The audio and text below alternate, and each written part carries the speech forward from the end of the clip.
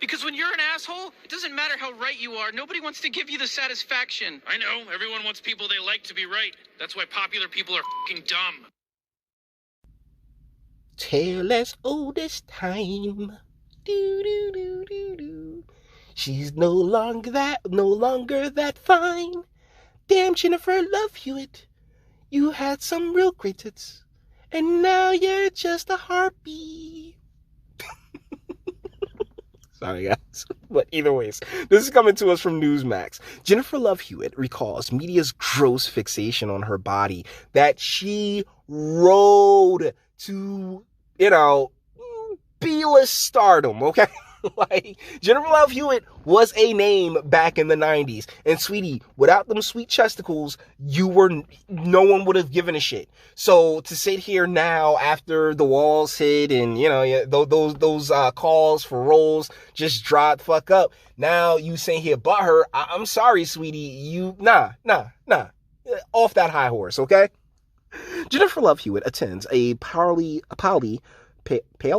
Center for Media 2019 Paley Fest LA 911 held at Dolby Theater on March 17th, 2019 in Los Angeles, California. And, so this is her now. And, she's still attractive. Like, Jennifer Love Hewitt, she no pull out. I think she's over 42. So you ain't got to worry about those eggs are scrambled and fried. So, blow all the loads you want. So, but real talk, as far as, stardom, I hate to say it, but you weren't really the strongest actress in the first place. That gross fixation was your career, sweetie. Make no mistake about it. Jennifer Love Hewitt is recalling the gross and inappropriate media attention she received as an up-and-coming actress. That made her career. That's lady.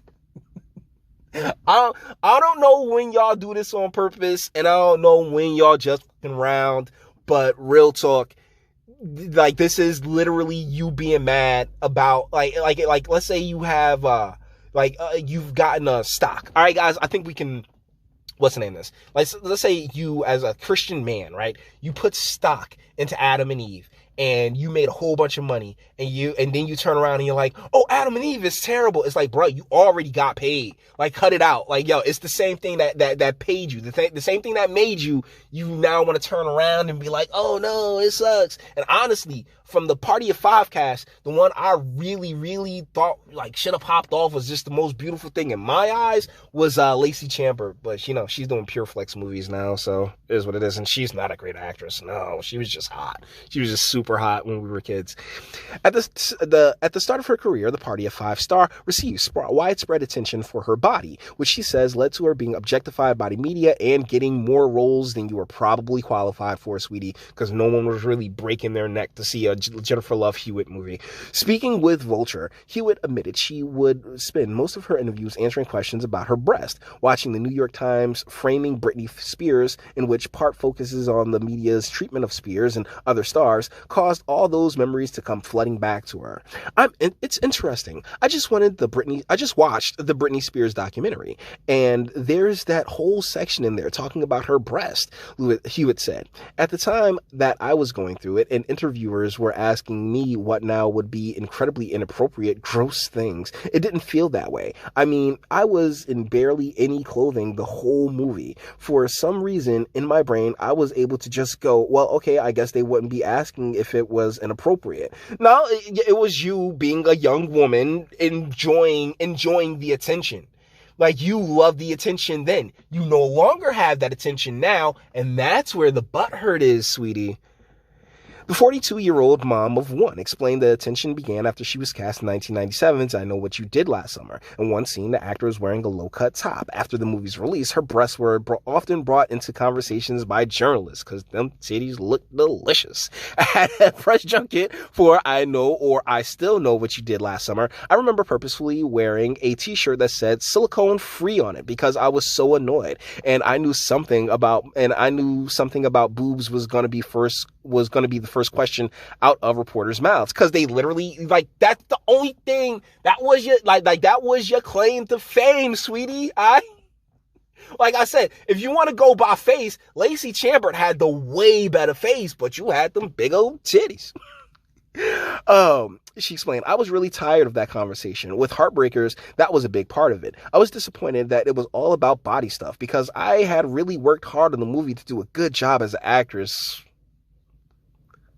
But the only reason you got the part, sweet, is like the amount of just like unawareness going on right here is through the roof. Looking back, Hewitt admitted she wished she defended herself or just refused to answer the questions. Instead, she would laugh it off despite feeling frustrated and hurt because no one gave a shit about your acting, sweetie. No one cared. Watching Framing Britney Spears reminded her of those emotions she felt for not being recognized as an actor, because guess what? You're not a great actress, sweetie. The conversation for a very long time in my career was always about my body first, then, oh yeah, you were really great in the movie too later. And I didn't get it.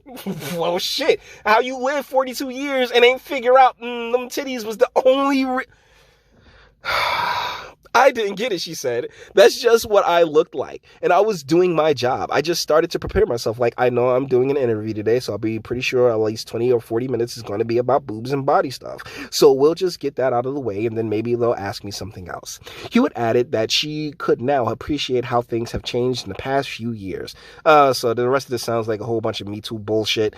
That real talk is just nothing but women shooting themselves in the foot or shooting like they really want to just slam the door on the generation that comes behind them, man, for real.